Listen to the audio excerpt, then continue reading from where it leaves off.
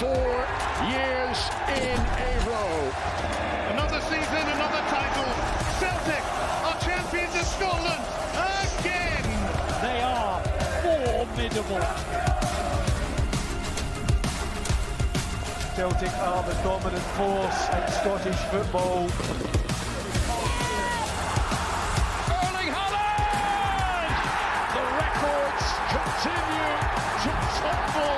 So many records have been smashed by this football club over the last decade and more. Defending champions, reigning champions, still the champions. Absolutely stunning!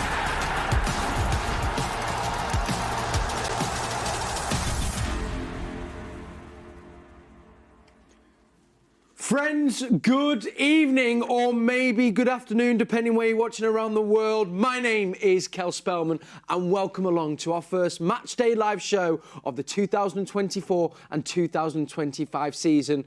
Gosh, doesn't it come around quick? It is so great to be back with you, and what an exciting show we have ahead. Our first game of our pre-season tour. As we know, the lads flew out on Friday, and tonight it is the champions of England taking on the champions of Scotland in America. To be specific, we are in Chapel Hill, North Carolina for tonight's game, and what a game it will be indeed. I'm joined by Kit, I'm joined by Steve. I'm going to begin with you, Steve. How excited are you for tonight's game, the first one of the pre-season tour? I think all the fans, the players, management, everybody's excited because it's now it's the early start of the season. I mean, yes, we've had football with the Euros and stuff like that, but I think this is what everybody looks forward to, the start of the season. And it'll be great to see players that fans have seen all through last year and the years before that. Especially the American fans will be looking forward to seeing these top players playing in their kind of environment. So looking forward to it. Should be a good one. It's going to be an absolute cracker, of course. Well, two massive teams, Kit. I wanted to ask, though, from a management point of view, as we're saying, we know we've got some big names there we're excited to see, but we've got a mix of academy players in there, players that have been away on loan as well last season, as you said, Steve, as fans might have seen throughout elsewhere. From a management point of view, how are you managing that over the tour?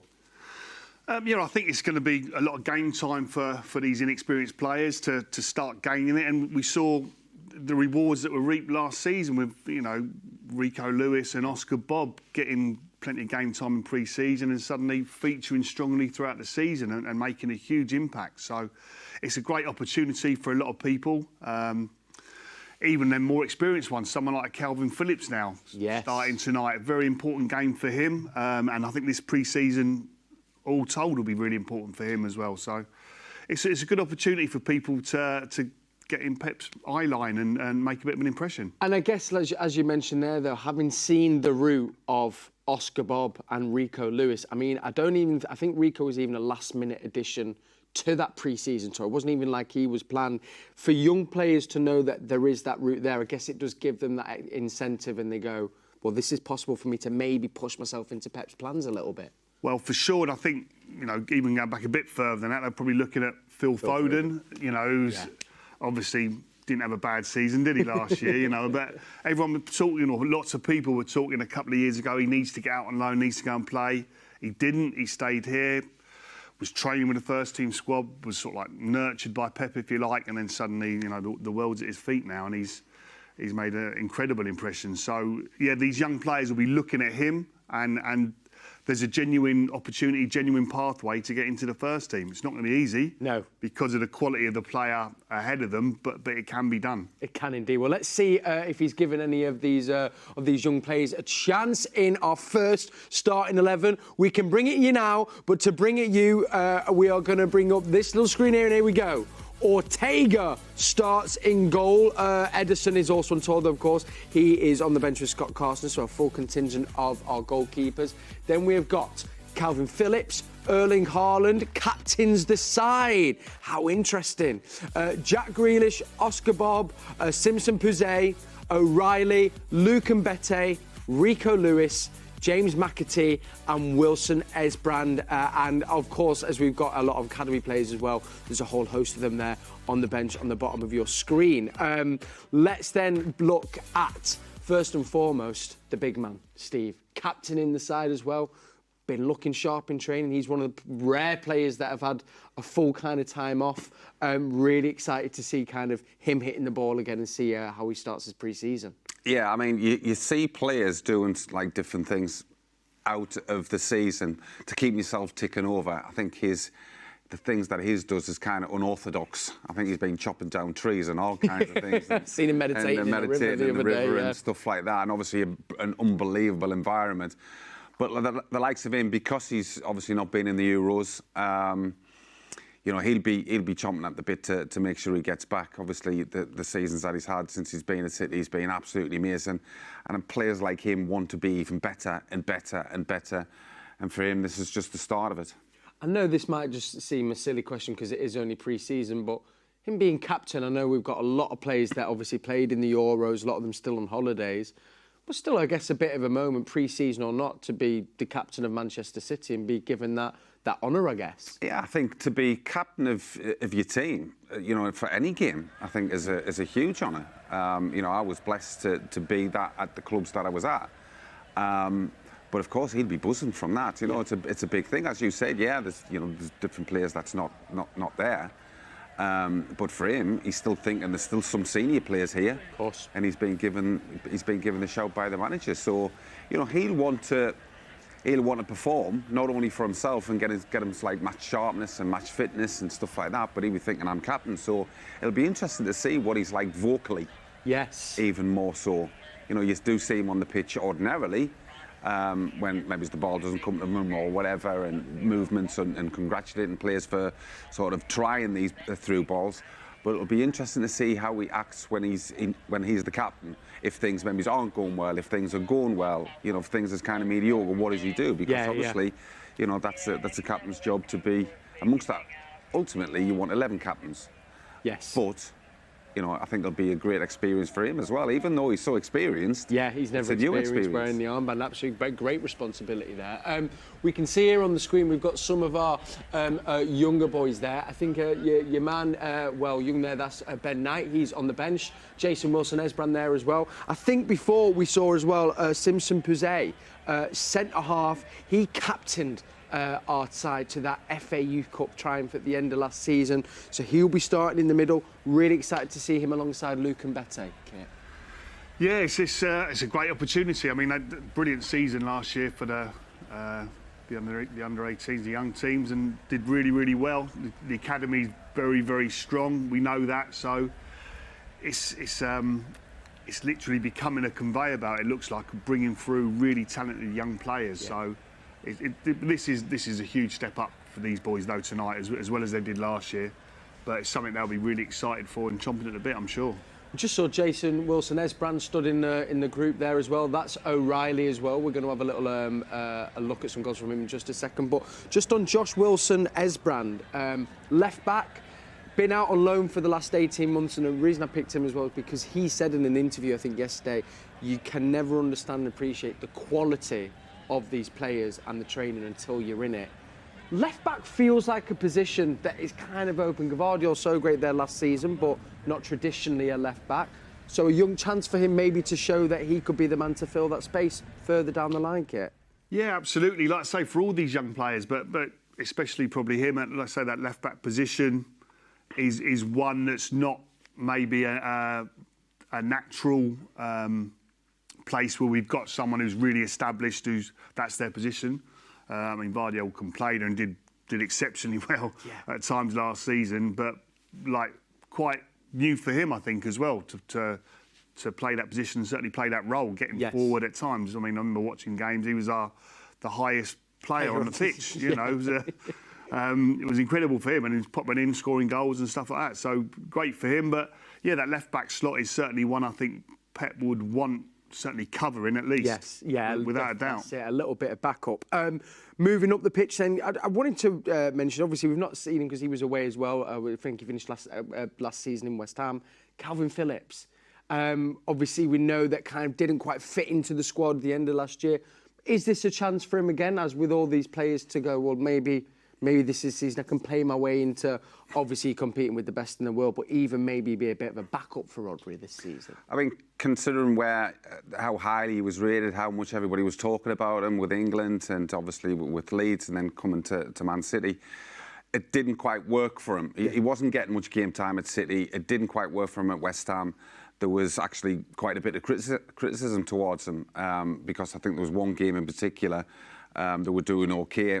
His performance, clearly was highlighted some of the things that he'd done wrong, which happens in games. But he'd have gone away. He'd have probably spoke with his family. He probably had a lot of self-reflection. What can I do better? Yeah. Because he's got a brilliant opportunity at a top club with a top manager. Everything is at his disposal. Now it's up to him. Yes. So I think it's been a big summer for him. Obviously not included in the England squad. We've seen, as I've just said as well, about the fact that he's out of the team and he's now with West Ham. He must have had that time to just think, right, I need to get back to what I was really good at. So again, it's a new start. It's a new season. Yeah. Start afresh. Let's see what he can do. Clean slate. For a player's mentality as well, do you really feel that? I always remember feeling about, when you go to school, you start a new school year, you think, right, well, everything that I got in trouble for last year is forgotten about. I can try and start again. Is it that for players as well? Like even a player like Jack, who was honest and said probably didn't have his best season last season, probably gutted not to make the Euros, but he's primed himself to go, we can literally leave all that behind me now, just focus on this one. Is it easy to let that go? That's when you walk into school and you've got the same teachers you had last year. Like, they got Pep in charge still, do you know what I mean? Yeah. So but I mean, certainly with Calvin Phillips, you remember how important he was. I mean, I know he got a bit of stick for his comments, Gareth Southgate, but about saying how important he was, what was missing was a Calvin Phillips. From the England team early on in the tournament sort of thing. So it goes to show what an important player he was, and he still is. It's in there somewhere, but he's got to get back on track for sure, because he's fallen by the wayside a little bit, but he was a top player for sure, and it's still in there. Like I say, he's just got to get it back out, and this is a great opportunity for him this pre-season now to. While a lot of the other boys are away still and not coming back into the squad, he's going to get game time and chance to impress. So it's down to him to take it. Indeed, another man who's down to take his own opportunity, young James McAtee. And the reason I bring up James McAtee is I know a lot of City fans have followed him very closely during his academy, and then he was out with Sheffield last season. Pep speaking very highly about him in his pre-match chat, yesterday, talking about his quality in tight spaces. I'm really excited to see James McAtee, and it sounded like from Pep. If he plays well, very much there's a space for him in the first team this season. I think if you speak to the Sheffield United fans, they'll tell you how good they thought he was, and were kind of gutted the fact that they were delighted that he was there. But I think they knew all along that he wasn't going to be staying there. Yeah. I think Pep as well, for Pep to come out and say what he said about the lad must give him a fantastic buzz. And for Pep to sort of, again, say what he said, he must have been impressed with him in the little training sessions that they've had, for him to find them little pockets and stuff like that. Again, it's one of these, like all of these young players, and Calvin Phillips for that matter, this kind of trip is such a good opportunity for them, because there's always somebody somewhere you're thinking, we never thought of him, and all of a sudden he's grabbed his chance. As I said, we talked about Oscar Bob before. Yeah. Came in from nowhere. Now all of a sudden everybody was talking about him because Pep thinking, I can trust him. Yes. I'm going to play him. So we're talking about the left back, and we're talking about McAtee, one or two others that we'll probably talk about as well. An unbelievable opportunity for these lads. On Wilson Esbrand and McAtee, they have gone out on loan, at Sheffield and played, he's got, his academy football, but men's football. How much, I don't know if you'd experiences of that growing up, but how much of a difference does it make is being around, say, a team like Sheffield United? One, for your physicality, but also mentally as well, being around a group of players like that who've maybe been played together 5-6 years and have been doing it in the men's game, not at academy level. We're kind of old school because, you look at academies and elite leagues and stuff like that, you're kind of playing against your same ages, relatively. Yes. When we were at clubs, you could be 16-year-olds and you would play in the reserves, and the reserves you'd be playing against men. Yes. and players that's maybe been in the first team, that's coming back from injury, or players that's not quite fitting in the first team. And it's a shock to the system because you're used to playing against your mates. Now, all of a sudden, you're playing against an experienced pro. It opens your eyes massively. So I think these lads that have gone out on loan, it's certainly opened their eyes. Yes. I think they've used that as well, and hopefully they've actually got, they've used that experience. They're going back to Manchester City now, without being disrespectful, the level of the training, because of the quality of players, is so high. But because of the experience that they're getting from those clubs, they've brought them back. And if they can get up to that level, along with the rest of the lads in their training sessions, wow, they've got a great chance. Yeah, you're almost better equipped than to try and 100%. play at that level up there. And also, I guess, how to negotiate and navigate personalities, changing rooms, different leaders. You can only really get that from spending time in those clubs with those players. I mean, there's different pathways for different players, and everyone's individual. So we spoke about Phil Foden earlier. Yeah. His pathway, and the manager had a definite plan, was better staying here with this top level elite training, and then he'd get his game time that way. Other players, the best thing for them to do is to go out on loan, like you're saying, and get that experience. And it's a school of hard knocks a little bit, and it does toughen you up without any shadow of a doubt, I think. And as Steve was saying, you know, we came through back then. It was like the football combination was the reserve league, and you straight away, you're playing against senior players who are playing in the reserves for either coming back from injury or out of form, falling out with the manager, whatever it might be, or just needed game time. And it certainly was a bit of a shock to the system, but it did put you in good stead then for, you know, as a young player getting into the first team and playing first team football. Guess as well, then it can be on them to hopefully pass on maybe some of the lessons they picked up while they were out on loan to some of the other younger players as well that are on the bench. I mean, we've got players like young Ben Knight, Heskey's on there as well, Mika Hamilton, another one, of course. We've got Katonga on there, Wright, and Darla, Sissoko. So many players that we might have heard snippets about, but hopefully we'll get a chance to see them this evening. We're going to bring you the starting 11 in just a sec, but let's take a pause here because we're just going to take a moment away from our team news and look at what happened when our captain tonight, Erling Haaland, and Calvin Phillips went on a visit to one of the local hospitals.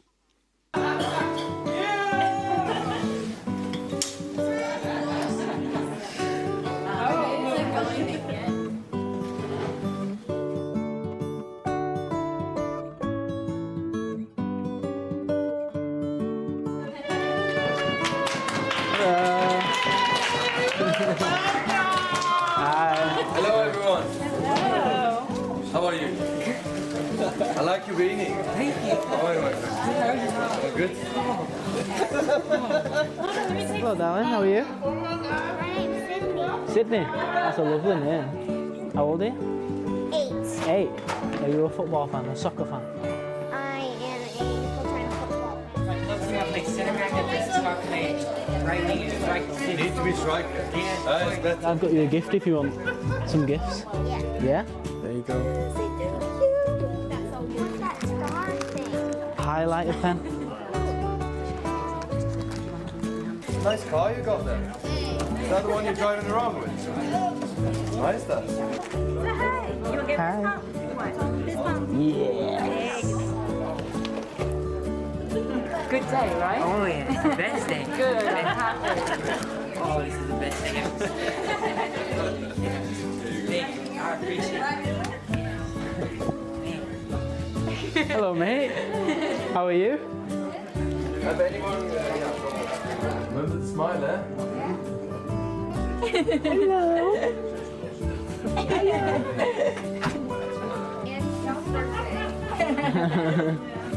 Nice to meet you.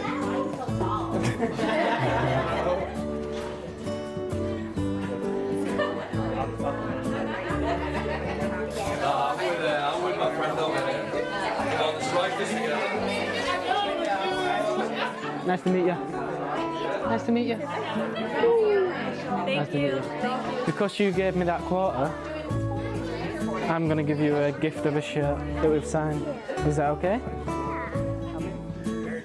Thank you very much. I'm going to keep this as well, as long as possible. All right, I'm not going to spend it.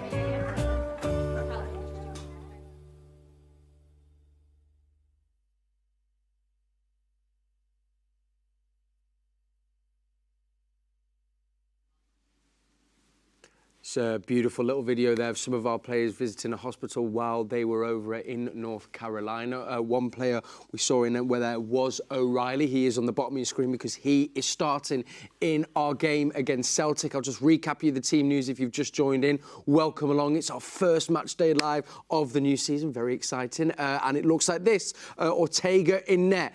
And then this is what we're kind of guessing as a team here in the studio. We're thinking of 4-3-3. As with Pep, though, you never know. But Rico Lewis at right back. Then in the middle there, we've got Simpson Puzet and Luke Mbete. Of course, Simpson Puzet captained the side to our FA Youth Cup win. Left back completes with Jason Wilson. Esbrand was out on loan last season, so great to see him back in a City shirt. There's a familiar face as well. Calvin Phillips in the holding role alongside Nico O'Reilly. And we're thinking James McAtee, who spent the season at Sheffield last year. Now back in a City shirt, hoping to make his way into that first team squad properly. And then a forward three, which we'll all be very familiar with. That's terrorised some teams last season. Oscar Bob, Jack Grealish and Erling Haaland, who captains our side. That is our starting 11. I wanted to begin with Nico O'Reilly, Kit. We saw him in the video there, taller than I actually realised. I mean, standing next to Haaland, he wasn't too much shorter. But amazing player. We've got some amazing goals from him here. But this is a talent that I know everyone is really excited about. I can't remember if this is the Scorpion kick or it's the So some real technical ability there, but someone who I know is thought of very, very highly at the club as well. So excited to see him tonight, Kit. Yeah, absolutely. It'd be. I mean, this is an unbelievable goal. That's some technique. That I just put my hip out just looking at that. I'm like, yeah, you and me both. But absolutely incredible. Yeah. So I mean, I know he's, as you say, he's very well thought of and yeah, he's a real talent. So looking forward to seeing him tonight. Should be good. He's going to be playing in that midfield three of Calvin Phillips and McAtee, then up forward three of Oscar Bob, Grealish and Haaland. Really like the look of that, Steve. I think it could be cause quite the problems for Celtic tonight. It could, yeah. I mean, it'd be interesting to see how Celtic set up themselves. Brendan Rodgers will be looking at the team. I'm not too sure how much information he has on the young lads and possibly where they'll play. Yeah.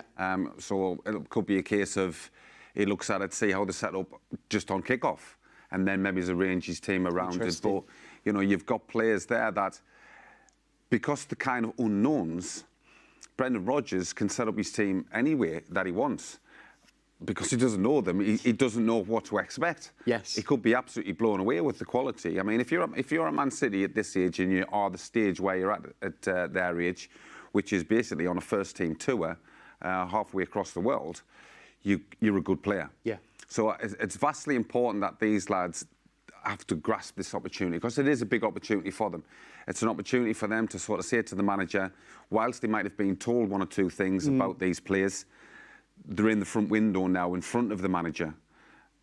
So therefore, with this opportunity, if they can perform really well tonight, all of a sudden, they've gone from there right into the manager's thoughts, because we know the manager's not frightened to, as we said, look at Oscar Bob and Rico Lewis, and yeah, he went down a different path possibly with Phil, but it's an opportunity for them. Yeah, and we know he'll play, if he trusts you, he'll play you if you are good enough. If you're good enough, if you're old enough.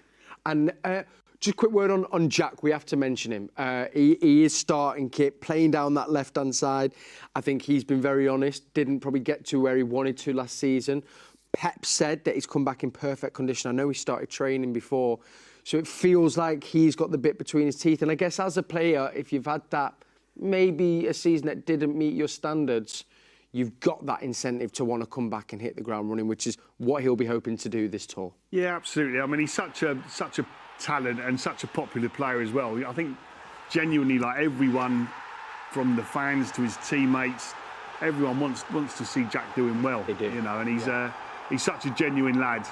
And yeah, you really hope that he can reach the levels that we know that he's capable of doing so. And like I say, he was disappointed last year, and it's, you know, you're part of a team who've just won 4 in a row, so he's not done that bad. Doing all right. Yeah, exactly. And he had a lot of game time, but like I say, not quite the levels that we know and he knows that he can reach. So he'll be looking to do that this season, set that record straight. Absolutely. Thank you, Kit. Thank you, Steve. If you've just tuned in, City starting 11 on the bottom of your screen. I'm going to bring you Celtics team news. Not before, though, I've told you, how do you watch tonight's game? Well, it's so simple, guys. You can get access to our full pre-season tour. So that's all our games against Celtic, against Barcelona, against Milan and then Chelsea. If you want to do that, it's all available on City Plus. If you've got a season ticket, you can get a great offer just to sign up for the year, but also as well, you can just sign up normally. And not only will you be able to watch our full pre-season tour, you also get access to exclusive documentaries that are made in-house here. There's some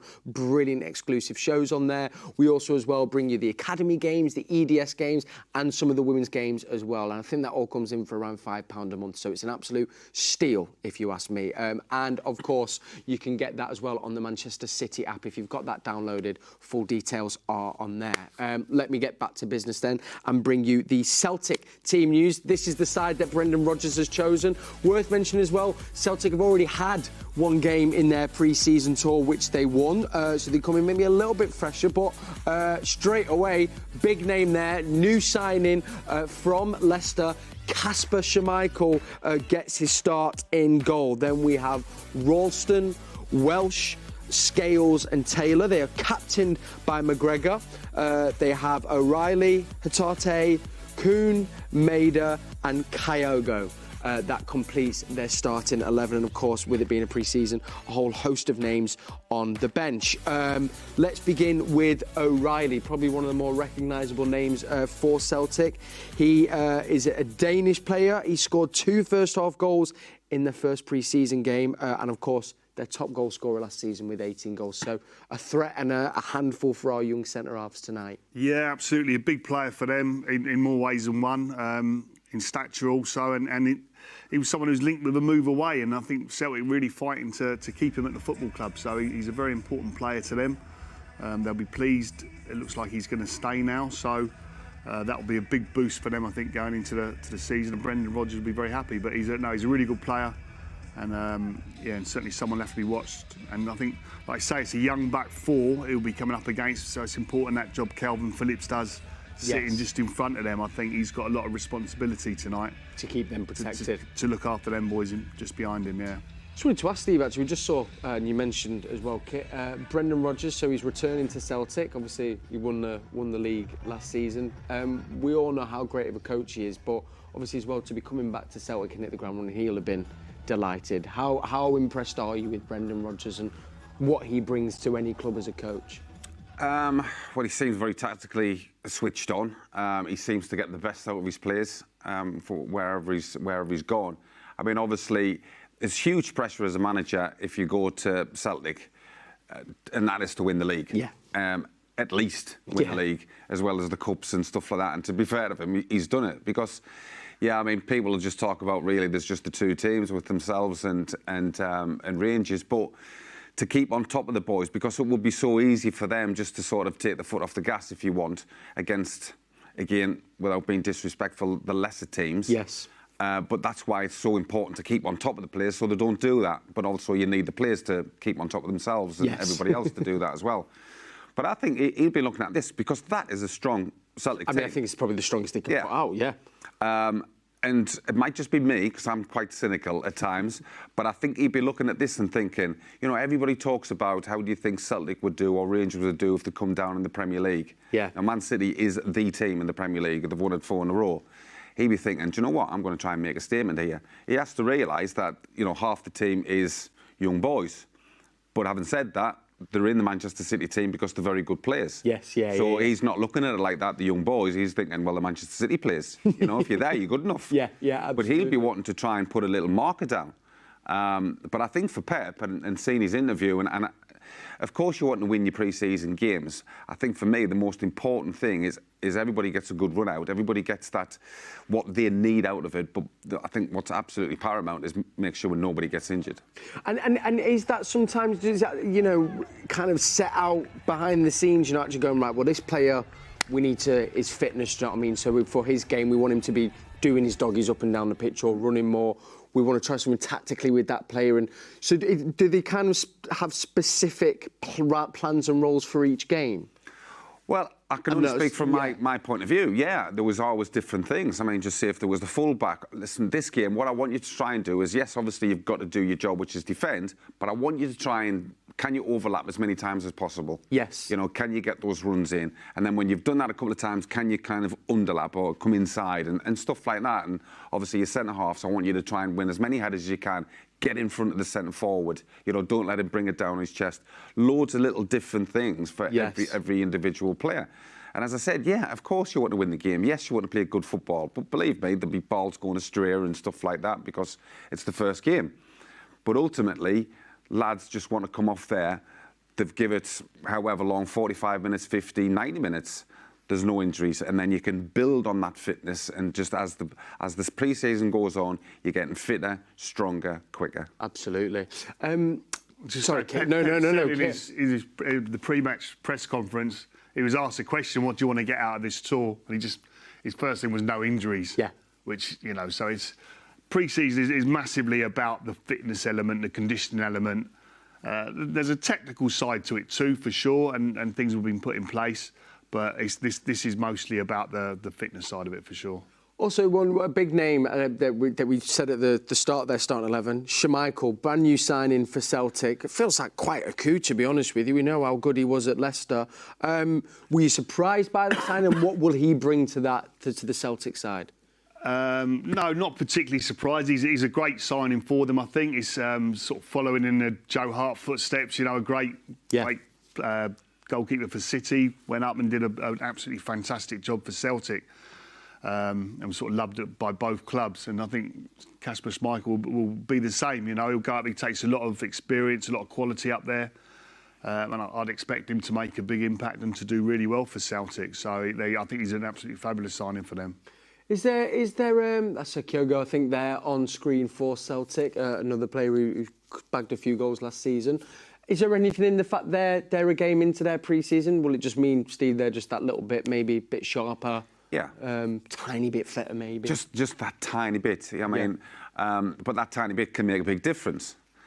You know, that might sound funny, but it actually fine margins, does. of course. Margins, you know, so of course, you know, the feet are getting, it might seem daft, but the feet are getting harder. Because when you've had time off, your feet kind of soften up, and that's when you get your blisters and all this kind of thing. Where theirs is getting that little bit harder, more used to it.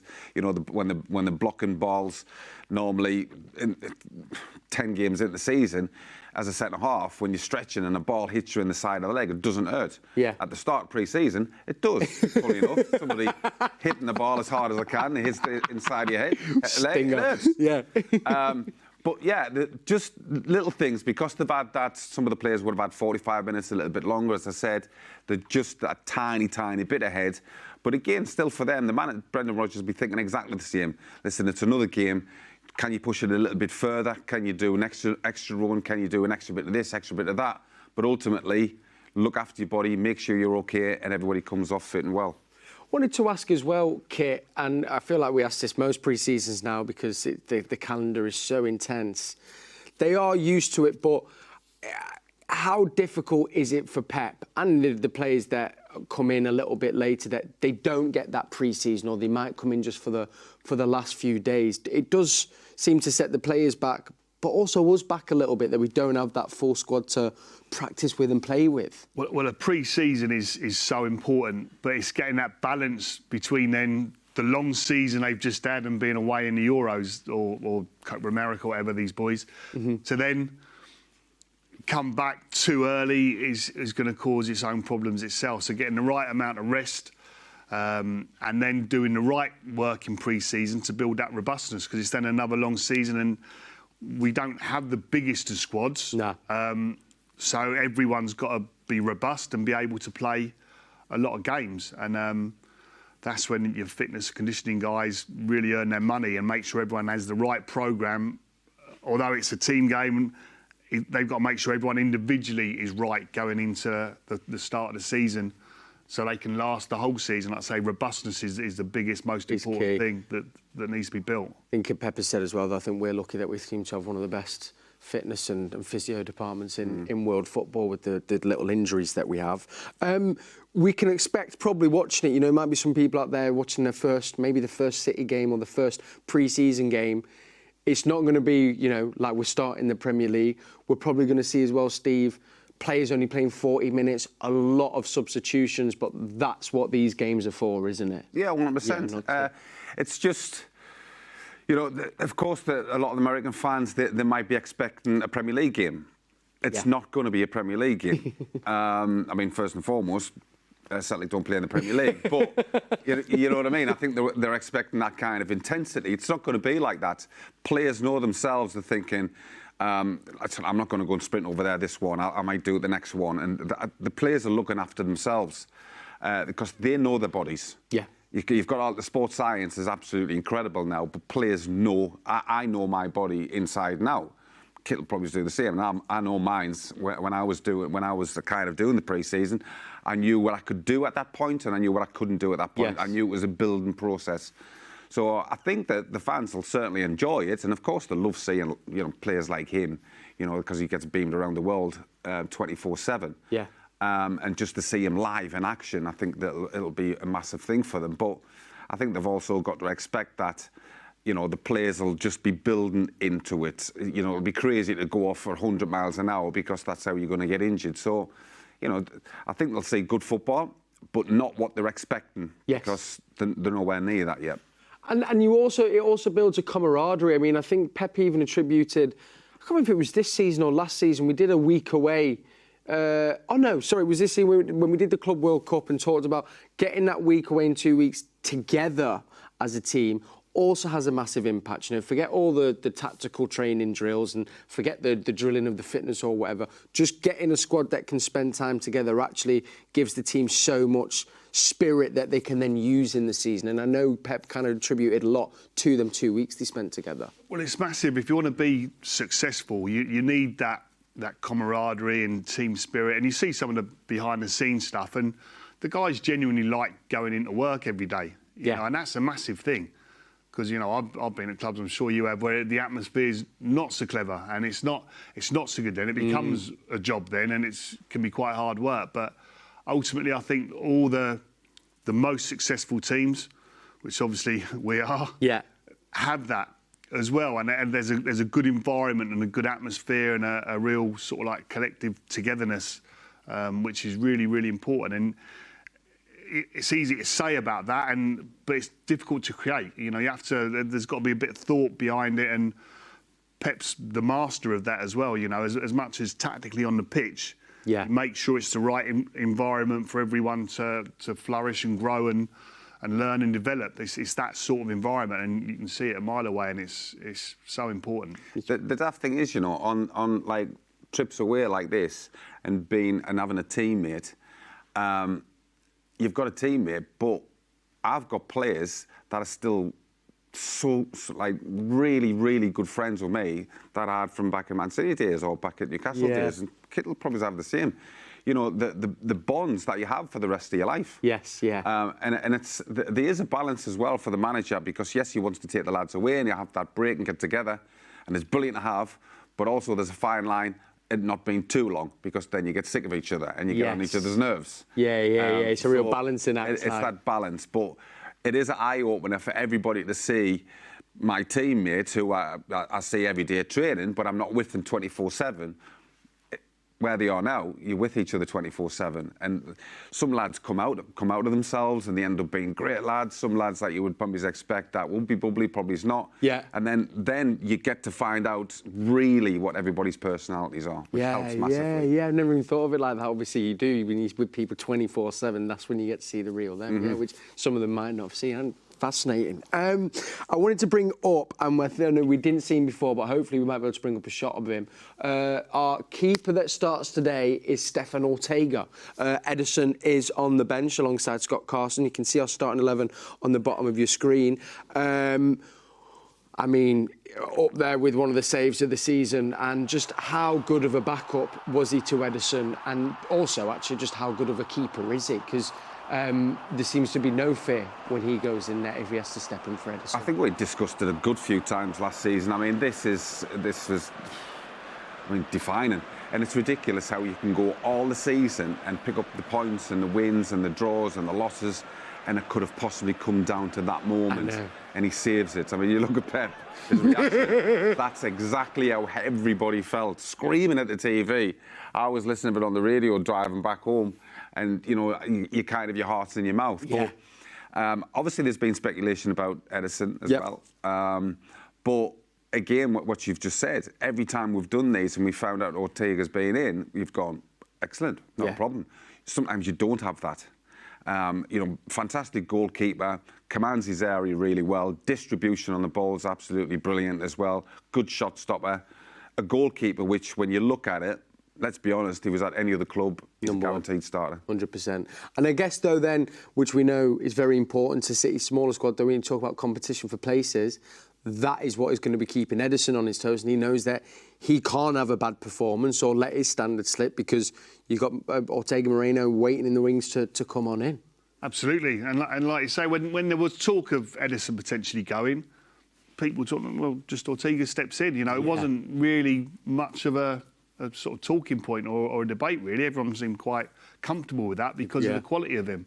Now, as much as everyone loves Eddie, and he's doesn't look like he's going, so brilliant, great. You got the two of them fighting, but I think now, whereby Edison was definitely number one last season, I think it could be more of a 50-50. I agree. I think it's got closer now, so it's going to be more of a toss-up, and yeah, be interesting to see how that one pans out. It does. We're probably assuming that Ortega will get one off and Edison in the second, so we'll be able to talk about that full time. If you've just tuned in, thanks for joining us on our first match day live of the new season. It is Manchester City versus Celtic. You can, of course, watch this over on City Plus. You can sign up there, where you can also get some exclusive documentaries as well, which we can bring you a little trailer of a new one that's coming to there about one of our very own Mr. Phil Foden. I mean, he was obsessed. He was obsessed. I was just obsessed with football. He's turned into such an outstanding football player. He's already one of the best players in the Premier League. I think the future is all his. He'll be up there with the best players in the world. He could be a Ballon d'Or winner. He sort of sat back and was like, wow, you're going to be a really special player. He was doing all these magical things at such a young age.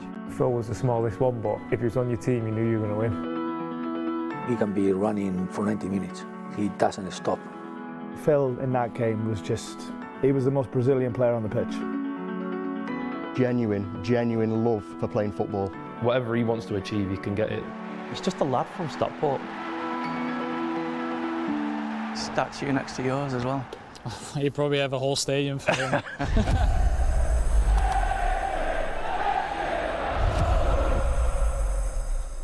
Ooh, I can't wait to get my eyes and ears around that. It's a brand new documentary about our very own Stockport Iniesta's Phil Foden. That is on City Plus. If you sign up, that is where you can also watch all of our pre-season tours. So all our games are on there, along with exclusive documentaries just like that one. And of course, as well, you can get women's games, EDS games, and academy games as well. Now, gents, speaking of Phil Foden, we're going to be looking at our previous meetings with Celtic, and one of the last times it happened, it was in a Champions League game at the Etihad in 2016. Could you guess who was the big player that was on the bench in that game? We've kind of done it pretty much after the documentary trailer. Do you want to see a young Phil Foden on the bench? Look at this here, 16 years old, I think. And that was him on the bench against Celtic in the Champions League. If only he knew what, like, gosh, how young does he look there? He looks 10. Doesn't he just? Although, to be fair, that's 8 years ago, and he doesn't look like he's got that much older, to be fair. I mean, even to be on the bench at 16, we kind of had high hopes to see what was to come, but yeah, I would love to go, could you ask him there, would he ever envision to have won what he's already won and be where he's in? I don't think he'd say yeah. I think he'd probably say no. I mean, just looking at that clip there as well, yeah, you will get fans and stuff like that sort of saying nice things about him. His teammates saying things like that about him. Yeah. That is incredible. You know, I think he's probably seen it, but I think the biggest kind of sense of pride he'd get is when he gets that, when he hears what Kevin De Bruyne and Vincent Kompany, as well as probably as many others have said about him. When it comes from your peers, there is no higher form of admiration, is there really? So that was in 2016. Interestingly as well, in the 3 times we've met Celtic, it's been a draw every single time. So in 2016, that was at the Etihad, it was 1-1. We had a young Patrick Roberts starting for Celtic in that game. Of course, he was at City earlier on in his career. Want to move back to 2009. This was in a friendly at the City of Manchester Stadium. We had 2 goal scorers, Gareth Barry and then Bellamy got the winner. And it was also where Carlos Tevez made his debut with 25 minutes to go.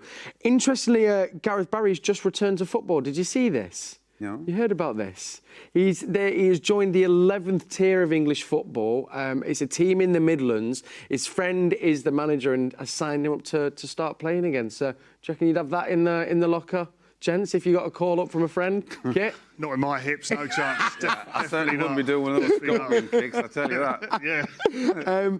And Bellamy as well, actually, who scored the winner of that game, manager of Wales has just been announced. Now he's been working with Vincent Kompany as well, so really exciting to see what he will do with the national team, Kit. Yeah, fantastic opportunity for Craig, so no, delighted for him. And I was speaking to someone who in the recruitment side at Burnley the other day, and they spoke really well of him, said he did a fantastic job at Burnley and that they're very sad to see him go. So yeah, hopefully he'll do well for Wales. Indeed, and actually well mentioned of him. Let's just bring out one of these classics, a little Bellamy beauty there off his right foot. I think that's look at young Vincent Kompany there as well. I think Joleon was saying as well, having chatted to Vincent, saying as well, as a trainer and as a one-to-one for a player, Vinny was saying he's up there as one of the best. So, yeah, really exciting proposition for Wales, and to see what he does, of course, we wish him all the luck. Third and final game was the return leg of that Champions League game, September 2016, a 3-3 draw at Celtic Park. We had players like Fernandinho and Nolito scoring alongside Sterling, but that was another 3-3 draw. Now, interestingly, Peppers faced Brendan Rodgers in 11 matches and won 7 of those meetings. Obviously, a lot of that will have been in the Premier League. Does that play in managers' minds at all? Maybe not in a pre-season, but, you know, in the season, do you think he's had the better of me? I wouldn't have thought so. I think it's a new game. It's just like, that's gone. You can't change the past. You've just got to look ahead. So, you know, a lot of managers, they might have come up against another manager that haven't won 1 game. And no matter how many they play, but it's just like, right. Clean slate, isn't it? Again? Yeah, let's see if we can get a win today. We had as well another little bit of final trivia for you, and this is thanks to all the hard-working team behind the scenes. Kolo Touré, the only player who he played in all 3 games, actually. He played, of course, for City, and then the rest of them, he played for Celtic, which is really quite interesting. And then, of course, he went on to coach a little bit as well with Brendan Rodgers. Now, let's take a pause here, because you might have seen some of our players on our social media channels. They were getting up some wonderful things over in the US. We saw the hospital visit happen earlier. Well, young Mika Hamilton and Luke Mbete went to do a very special visit to some Special Olympics over in North Carolina.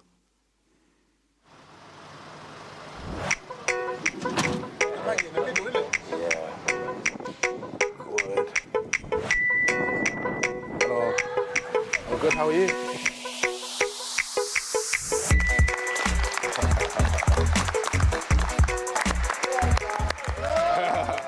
We're here on tour in North Carolina. We're doing Special Olympics. We're doing different activities and we're having fun.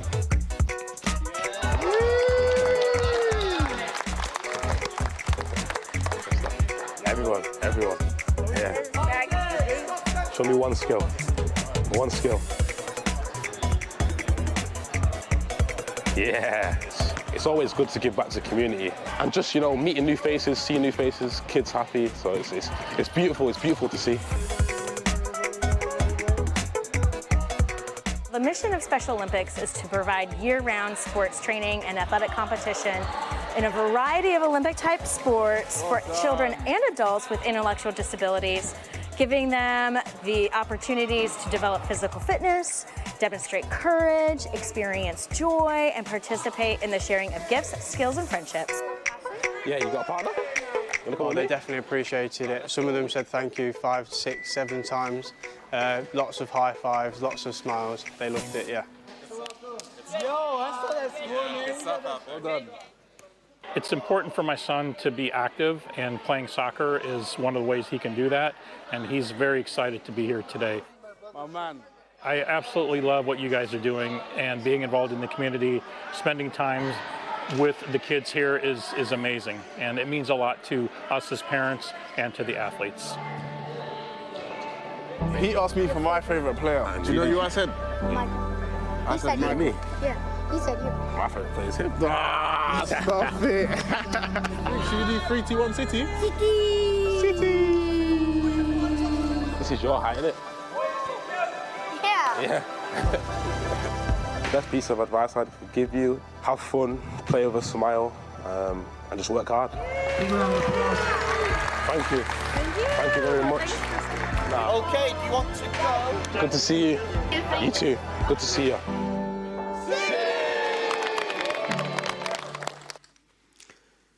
Young Micah Hamilton there alongside Luke and Bette on that visit to the very special Olympics. Can I just say, I mean, for young lads, I think, you know, Mike Hamilton's 21, Luke and Bette is probably 21. I thought they came across so well and spoke so well. And it was that thing you were saying before, Kit, is the personality of these players as well. Now, it has to be top-notch, otherwise there's kind of not space for them, like. No, absolutely. I mean, it's lovely to see things like that, and it stands them in good stead as well for going on in their career, sort of thing. So it's an important part of it, and it's something I know that the football club are very, very conscious about. Yeah, absolutely. That was all part as well of City in the community, something that we're all very proud of here at Manchester City. We're going to play a little game, gents. So we are going to look at players who have played for both Manchester City and for Celtic. We're going to bring up their career map on the bottom of the screen, and then you have to work out who the player is from the clubs that they've played for. So I've probably not explained it very well there, but let's bring it up. So with this player, Brad just I haven't got my glasses yet. I'm squinting. Right. I'm squinting. I still can't see. I'll talk you through this. So this was a player that started at Shrewsbury, then went to City, then had a few loans in the middle. You've got Tranmere in there, Blackpool, Birmingham, then to Torino, then to West Ham.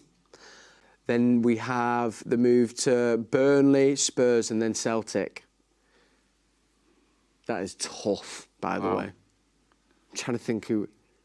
Not a Scooby-Doo. Very recently retired, this player, I'm being told. So I'm just going to ask the two. They're all loans in the middle, are they? All loans. So loans, Blackpool, Birmingham, Torino. He's a goalkeeper, if that helps. Finished his career at Celtic. Joe Hart. There we go. Andy Morrison nearly started kicking off there in the gallery. He's got commentary with Alistair Mann, by the way, which you can get on the Manchester City app. But he's close to the screen. He can see them. He can see them. The team's clearer. That's why. OK, so this player I'll talk us through. It started at Fulham, then came to City. Then he had a loan at Celtic, on loan to Girona. Are you already nodding your head there, Kit? Well, I should hope so. I think I sold him. Go on, who is it? I hope it's Pat Roberts.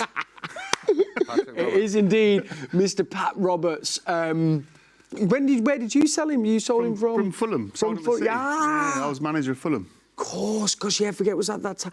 I was gutted about it. Really, he was such a... You were going, I was going. I was desperate to keep him, Cal. Of course. He abandoned ship. then finish off at Celtic, Disney as well, yeah. So that was Patrick Roberts. Well played, Kit. Next up. All right, here we go, Steve. We ready? Started his career at Glenavon, then moved to City, then played at Crewe, then Leicester, then Celtic, Nottingham Forest, and finished off at Wickham. Wow, who could that be? Who did we sign for? OK, clue, he's more famous as a Celtic manager. Lennon? No. Yeah? Neil Lennon? You are indeed correct. Lovely. Don't nice, need them gent. things. OK, very simple. Oh, yeah. Kit? Colo. Straight up, love that. Didn't even say it. Arsenal, City to Liverpool and then to Celtic. Of course, the only player to play in them 3 games that we mentioned earlier. Let's see, let's bring up the next one. Here we go. Have we got one more? OK. So he was at City, then went on loan to Celtic, on loan to Galatasaray, then we had a loan to Sunderland, then we loaned him back to Galatasaray before we sold him to Lyon. And before he finished off at Al Fatah and Shabab Al Ahly before that. The only way I'd get this was the 2 Galatasaray loans, centre half. This is a tough one. No. Was that? He was almost promised as a new Vincent Kompany. Denia? Spot on, Denia. Nice. Jason Denia. He was a young centre half. I really thought after that third loan at that first Galatasaray loan, he was going to be the man. But yeah, there he is now. I think he's still playing actually, so my bad there.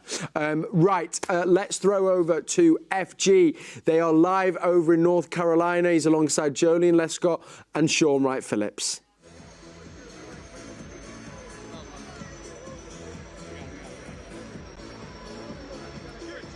Hello and welcome to the Keenan Memorial Stadium. We've got here in the end, and listen, I'm going to have a chat with some of the locals from Raleigh. We're speaking to some guys here from Raleigh in their sky blue City shirts. First things first, how nice is it to see Manchester City in Chapel Hill? Fabulous. I haven't had an experience really like this before.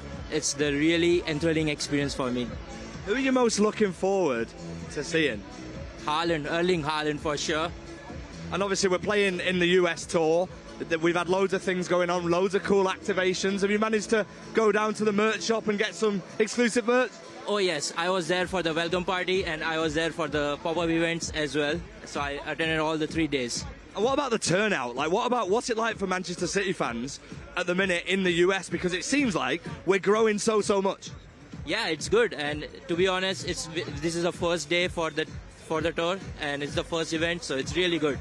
Well, thank you so much for joining us. What's your score prediction? Thank you so much. Quick score prediction? 3-0. 3-0. Listen, if City win today, we'll be very happy. Let's keep walking, shall we? And catch up with some other supporters here. We'll come to this man over here. Hiya, mate. How are you? First things first, who are you most excited to watch today? Haaland. Erling Haaland, man. Erling Haaland's a fan favourite. 2 golden boots in a row. What do you think the score's going to be today? 5-1, Manchester City. Let's talk about your love for Manchester City. What's your best memory of Manchester City?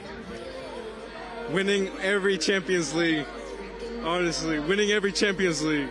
Winning the Champions League. And of course, he's got the World Champion badge on the shirt, as we'll carry on moving forward and speak to some other supporters over here. We've got loads of supporter club stuff as well.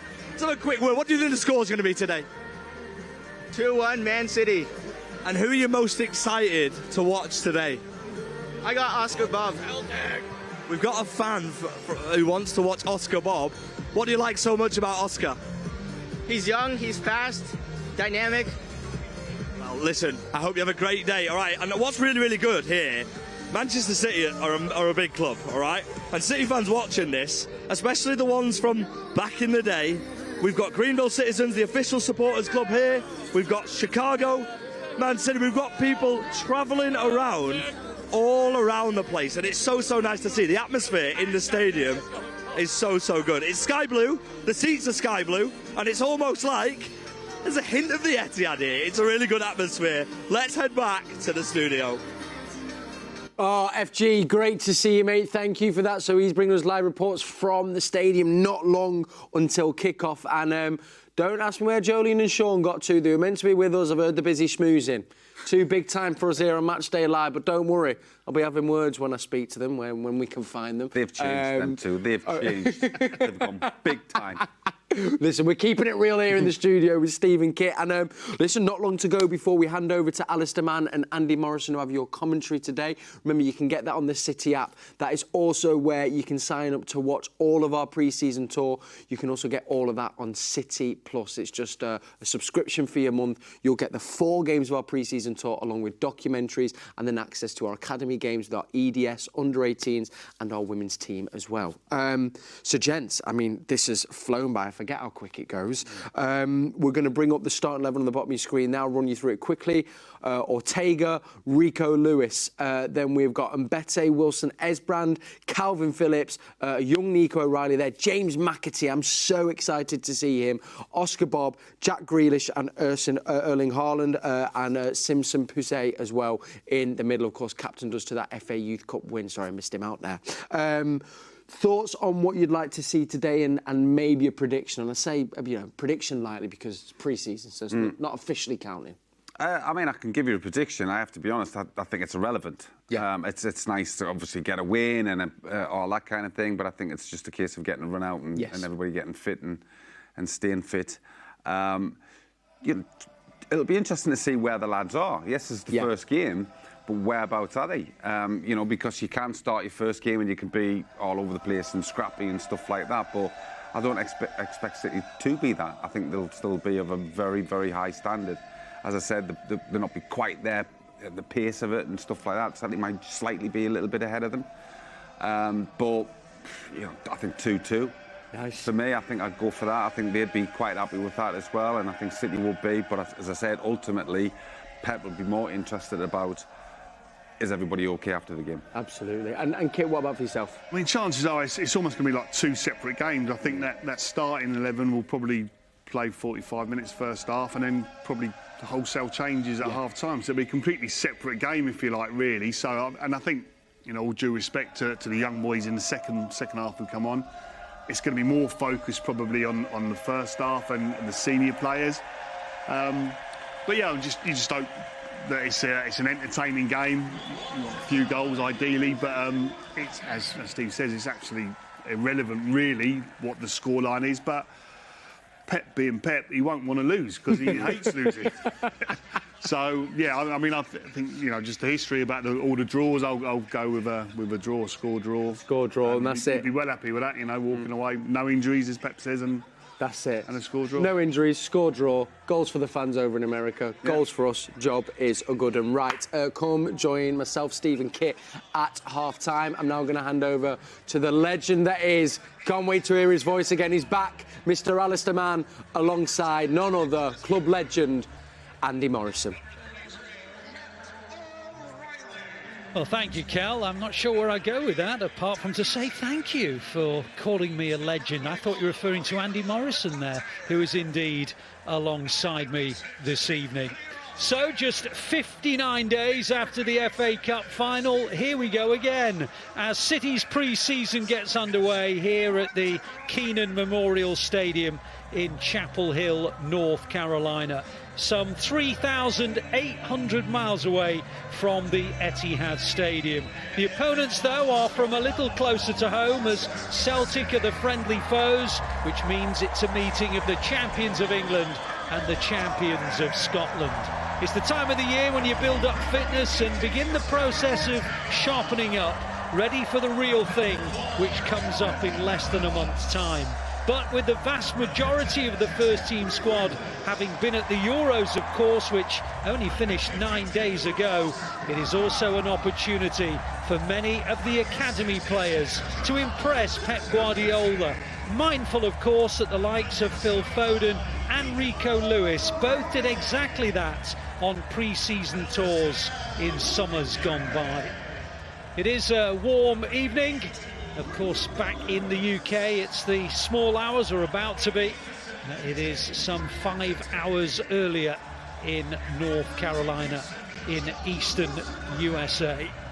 The pitch is being watered. It is one of those stadiums that you probably haven't heard of before. It's not one of those that belongs to one of the big NFL clubs of America. It is a university stadium, but it has a capacity of around about 51,000, and its first ever football match, or soccer match as they call it in these parts, was actually last year when Wrexham, who of course are big news in the USA, met Chelsea here. So this is only the second time that it has staged a game of football. Lots and lots of City shirts are dotted around the stadium. There are quite a few Celtic shirts as well that are prominent. And Celtic and City are both playing a number of games over here over the next couple of weeks. Alongside me today is the former City captain, Andy Morrison. Andy, there are so many reasons why you look at friendlies and you say, well, the result doesn't matter. What about for the youngsters who were involved tonight? It's a great opportunity, Ali. You've already alluded to Foden, Rico Lewis, Bob. You know, over the years, these have been the opportunities to, you know, showcase their talent and make the right impression on the person. Not just the manager, all the backroom staff, everyone who's involved. You know, we were just watching them, the way they conduct themselves, the way they carry themselves in training, in around the fans. Ultimately, on the pitch is where they'll be measured. But you know, a great opportunity, and you know, these games are as important as if you lose, they're irrelevant. If you win, and it's a victory. And I've had a couple of messages today from people in the far north of Scotland telling me that Celtic are going to whip City tonight, so we'll see. Yeah, I forgot about your Scottish background, Andy. I always listen to your voice and think of the West Country rather than Scotland, but yeah, a proud Scotsman, of course. We're still waiting for the teams to actually make their way out onto the field. The silverware is very proudly on display. The Premier League trophy, of course, won for the 4th time in a row. And Celtic, of course, with their Scottish Premiership crown as well. The two teams do emerge. Callum McGregor captaining Celtic, and Erling Haaland, the captain of City, as they make their way out into this vast arena. And it gives us an opportunity to look at the two sides, starting, of course, with our very own Manchester City. And Stefan Ortega is in goal. Rico Lewis, Calvin Phillips, Oscar Bob, Jack Grealish and Erling Haaland, who's given the captain's armband, are the familiar names in the lineup. The other 5 are academy players, including Jemai Simpson-Pazet, who captained the under-18s to the FA Youth Cup a couple of months ago, and 19-year-old Nico O'Reilly, who captained the under-18 2 seasons ago before sustaining a bad injury, which certainly held back his burgeoning progress. But he is now, I'm glad to say, very much back on course. There are some 16 substitutes available, including the other senior keepers, Ederson and Scott Carson. The rest are largely teenagers, many of whom we are likely to see at some point this evening. Well, Celtic, meanwhile, have already played 1 match in the US, a handsome 4-0 win it was too against DC United, one of the MLS teams. They've made 5 changes, including a first bow for their new signing, Kasper Schmeichel, who's taking over from another ex-City keeper, Joe Hart, following his decision to retire. The club captain, Callum McGregor, also starts, as does last season's top scorer, Daizen Maeda. Keep an eye out for Matt O'Reilly, a London-born Danish international. He's an attacking midfielder who scored 18 league goals last season, and he is now very much in the eyes of some of Europe's biggest clubs. Well, the two sets of players are exchanging